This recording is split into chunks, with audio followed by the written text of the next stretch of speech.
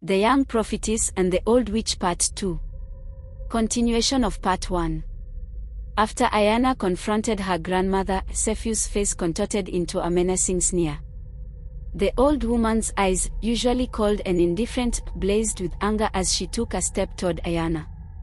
"So, you think you've uncovered the truth?" Sefiu hissed, her voice low and dripping with menace.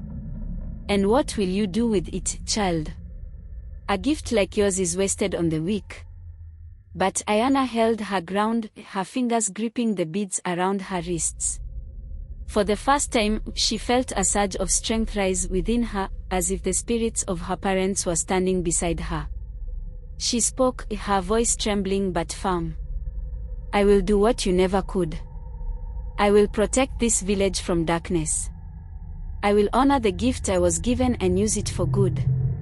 Sefiu's laugh was harsh and bitter, cutting through the silence like the crack of a whip. "Foolish girl. You have no idea the forces you're meddling with. Power demands sacrifice. You'll learn that soon enough." Without another word, Sefiu turned and disappeared into the shadows, her figure melding into the night. Ayana knew in her heart that her grandmother wouldn't let this go, that she would strike again, and with a vengeance. For the next few days, Ayana was haunted by an unshakable feeling of dread. Each night, her visions grew stronger, more vivid, filled with warnings of an impending storm.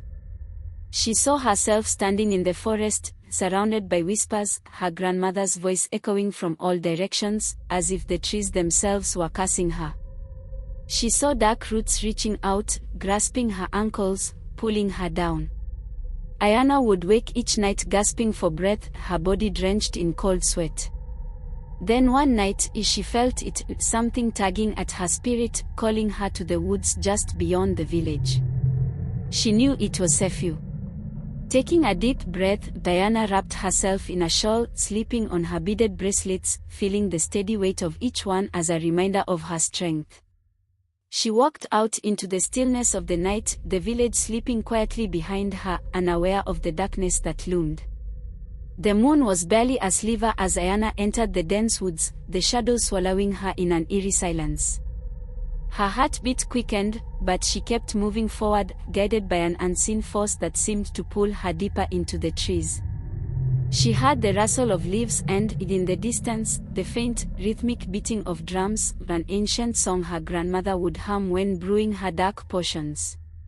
When she reached a small clearing, Ayana saw Sefiu standing in the center, her back hunched, her hands raised to the sky, her voice chanting words in an old, forbidden language. Around her, strange symbols were carved into the dirt, and the air was thick with a foul, metallic smell. Ayana recognized it, it was the smell of blood and death. "Did you think you could betray me and walk away unscathed?" Sefiu's voice broke through the night, raspy and venomous. She lowered her hands, her fingers twisted and curled as if ready to strike. "This power is my birthright. And you were only meant to serve my purpose." Ayana felt the ground tremble beneath her feet as Sefiu began to chant louder, her voice rising in a fevered pitch. Shadows began to swirl around the old woman, dark tendrils reaching out toward Ayana, coiling like snakes, hissing with a dark energy that made her skin crawl. Ayana could feel the curse taking shape, the weight of it pressing against her heart, trying to choke the life out of her. But Ayana knew her strength, a strength born not of fear, but of love and resilience. She reached deep within herself, grounding her spirit, and began to chant a prayer of light and protection that her mother had once whispered over her as a child. Her voice was soft but steady, and with each word, she felt warmth blossoming within her, pushing back against the darkness. Sefiu's chanting grew more desperate, her voice shrill and rugged. Ayana could see the fury in her grandmother's eyes as the old woman's hands trembled. The shadows that once obeyed Sefiu began to recoil, resisting her command.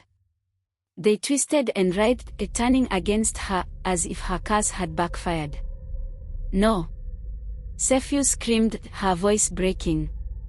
"You cannot resist me, girl. You are nothing compared to my power. But Ayana's prayer continued, each word a beacon of light piercing through the darkness. The shadows began to coil tighter around Sephew, binding her, pulling her down toward the earth as if the forest itself had turned against her. Her twisted chant turned to a scream, a wild, desperate sound that echoed through the trees. In a final act of defiance, Sephew tried to hurl a last curse at Ayana, her hand raised, her fingers curled into claws. But her voice faltered, her body shaking violently. Her eyes widened with terror as the shadows constricted, pulling her deeper into the ground, swallowing her whole. With one last, blood-curdling scream, Sephew was gone, her form dissolving into the soil, leaving nothing but silence and the scent of damp earth. Ayana stood still, the clearing suddenly quiet, her heart pounding. She felt a profound sadness for the woman who had raised her but had chosen a path so dark, so bound by bitterness and power. She closed her eyes, whispering a final prayer, not just for her own protection, but for her grandmother's spirit, that it might find peace, far from the twisted desires that had consumed her in life.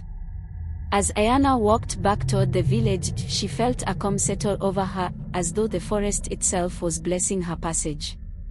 The shadows that once haunted her dreams were gone, replaced by a comforting silence and a gentle breeze that wrapped around her like a warm embrace. In the weeks that followed, Hamba village sensed the change. The people spoke of Ayana in hushed tones, but this time with reverence rather than fear.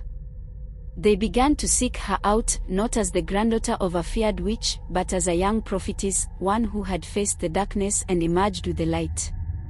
Ayana used her gift with wisdom and compassion, offering guidance to those in need, using her visions to heal and protect her people. With her newfound peace and tranquility, Ayana sits on a wooden bench at the center of Hamba village with her posture graceful and assured, as villagers gather around her with hopeful, open expressions. Children and elders looking to her with admiration and trust, feeling protected under her care. Ayana's yellow dress and beads glow softly in the sunlight, and her presence exudes calm strength. The village, that once cloaked in fear, it now feels light and welcoming, a place of warmth and unity under her guidance. Thank you for watching till the end. Comment below on what you could have done if you were Ayana. Make sure to like, share and subscribe to my YouTube channel, African Folktales by Dave for more folktales story.